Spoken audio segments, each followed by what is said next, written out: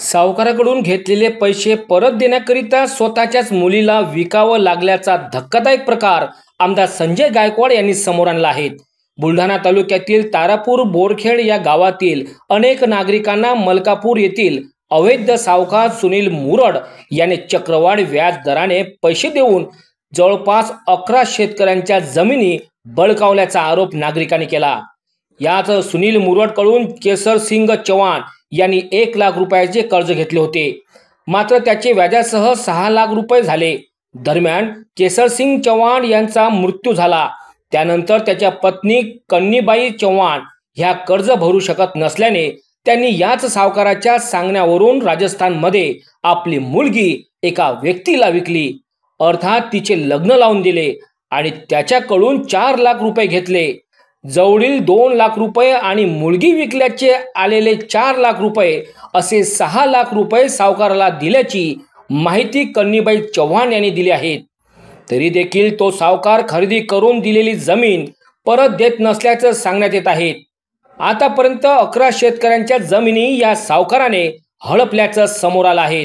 आमदार संजय गायकवाड यांनी पत्रकार परिषद घेत हा धक्कादायक प्रकार उघडकीस आणला।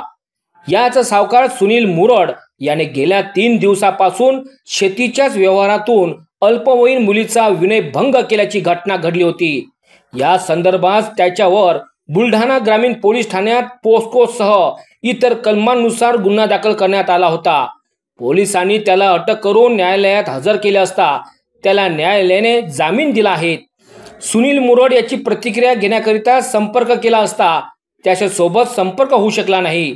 याच सावकाराच्या संदर्भात शिवसेनेचे आमदार संजय गायकवाड यांनी धक्कादायक आरोप केले आहेत। त्याच्यावर विधानसभेमध्ये प्रश्न मांडणार असल्याचे सुद्धा त्यांनी यावेळी सांगितलं आहे। याचबरोबर मुख्यमंत्री दोन्ही उपमुख्यमंत्र्यांना या संदर्भात गंभीर दखल घेऊन कारवाई करणे याचबरोबर मुख्यमंत्री दोन्ही उपमुख्यमंत्र्यांना या संदर्भात गंभीर दखल घेऊन कारवाई करण्याची मागणी देखील आमदार संजय गायकवाड यांच्यासह पीडित महिलांनी केली आहे। बुलढाणा तालुक्यातील तारापूर बोरखेड या आदिवासी बहुल गावांमध्ये आदिवासी समाज वास्तव्य करतो। सुनील मुरड हा मलकापूरचा एक व्यावसायिक आहे। या गावामध्ये त्यांनी अनेक शेतकऱ्यांकडून शेतकऱ्यांच्या खरेद्या करून त्यांना चक्री व्याज दराने पैसे त्या ठिकाणी दिले आणि 11 शेतकऱ्यांच्या जमिनी त्यांनी हडप केल्या।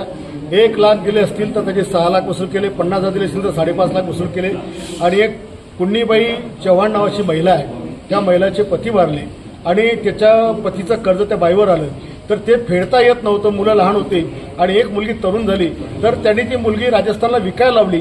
4 लाखामध्ये ती मुलगी विकायला लावली आणि यांच्याकडे 2 लाख असं 1 लाखाचे 6 लाख कर्ज त्या ठिकाणी घेतलं आणि विकून त्या मुलीचं लग्न लावलं आणि स्वतःचे पैसे फेडून घेतले। आता काल परवा हा त्या गावामध्ये वसुली करायला गेला आणि एका 12 वर्षाच्या मुलीसोबत त्याने अश्लील कृत्य त्या ठिकाणी केलं आणि अश्लील कृत्य केलं तर पास्को दाखल झाला। आज महाराष्ट्रामध्ये आपण मागच्या काळातही पाहिलं की अनेक सावकारांच्या घरामध्ये शेतकऱ्यांच्या बायका पैसे मिळालेले म्हणून त्या सावकारांनी घाण ठेवले आहेत। अनेक ठिकाणी सावकारांनी त्या शेतकऱ्यांच्या मुलीवर, त्यांच्या बायकावर शेतकऱ्याचे व्याजाचे पैसे भेटलेले म्हणून त्यांच्यावर अतिप्रसंग केलेला आहे।